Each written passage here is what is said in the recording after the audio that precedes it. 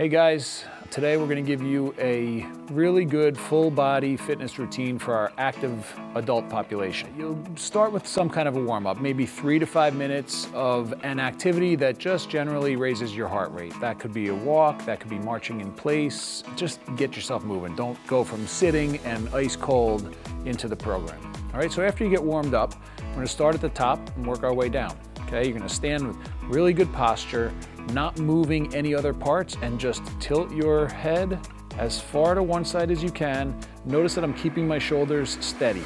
You don't want to tilt or elevate your shoulder. You should feel a pull on the opposite side. Okay, once you feel the pull, you're going to hold that. You're going to work back to the other side. Okay. Then from there, you're going to work on rotation. Okay, same thing, standing nice and still, good posture. Rotate as far as you can to one side. When you feel that you can't go any further, if you have any pain, don't go farther. When you feel it, you're going to hold at that point, work back to the center, and then rotate to the other side. What will happen is over time, little by little, as you continue to do the program, you will start to see small improvements in your range of motion. Okay? Then you're going to work into your shoulders. Okay? You're going to stand strong, maintain that posture, and you're going to work on circles. Start small, and then little by little, you just increase your shoulder circles. Okay, all the way around, as big as you can backwards, and then you're going to work the same thing working forward. Okay. Next, you're going to work down into stretches for your upper extremities. Okay. Elbow straight, palm up, keep the elbow straight, and use your other hand to help bend your wrist and fingers down. Okay. Go until you feel a stretch. If you don't go that far, go until you feel your stretch. Once you feel your stretch, that's the position you're going to hold in. Okay, work that on both sides.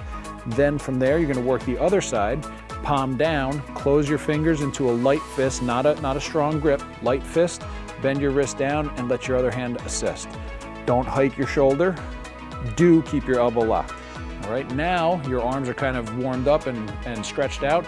We're going to work over to push-ups. Okay, so you go to a firm countertop, and then hands just about shoulder width apart, maybe slightly wider. It'll be easier if you're more vertical. It'll be harder the more you lean. And then you're just gonna let your elbows bend, keep your elbows close to your body, try and get your chest as close to the countertop as you can, and then press yourself away. Okay, slow and steady. You don't want the elbows flying out. Keep the elbows relatively close to the body. Now we're going to work into the lower body. Okay, so you get yourself a nice sturdy chair. Sit with your rear end as far back as you can. Sit in very upright posture. Okay, no slumping. Slowly extend the leg as straight as you can in the knee while you keep your toes bent back towards you. You will feel pulling in the back of your leg. That's the position you want to get to. If you don't feel pulling, you're not far enough. Okay, working that on both sides. Don't let your posture change. Many of us over our lifespan start to get stuck into this kind of a position from years of sitting, bad posture. So we want to start working the opposite way. You can have your arms at your side and then start to work backward. Look at the ceiling, arch backward. You could also put your hands in your low back and kind of work over it that way.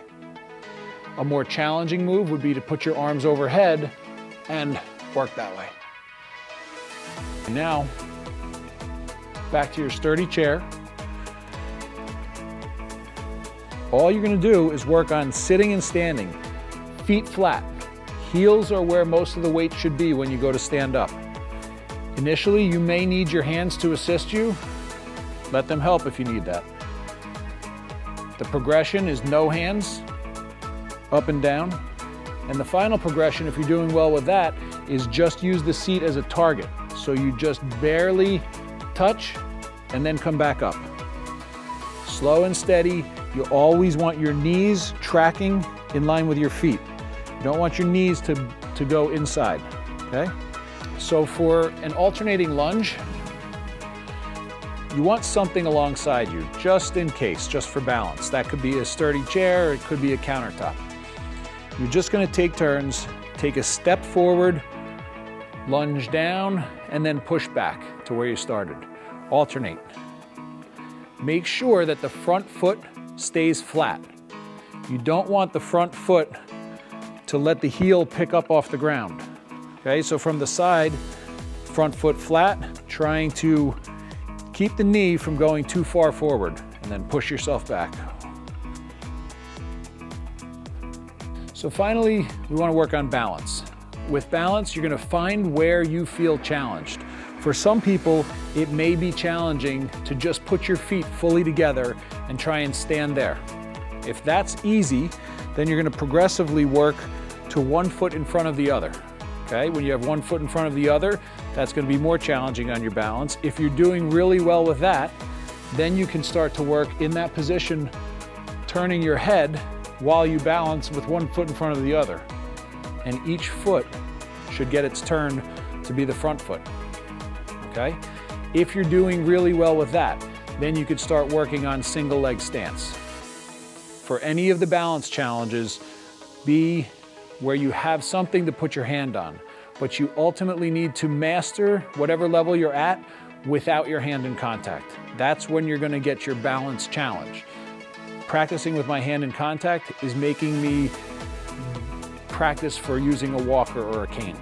Okay, you want no hand contact, but hand ready in case I feel like I'm losing my balance. It's there to stop me from falling. Stay active, everybody.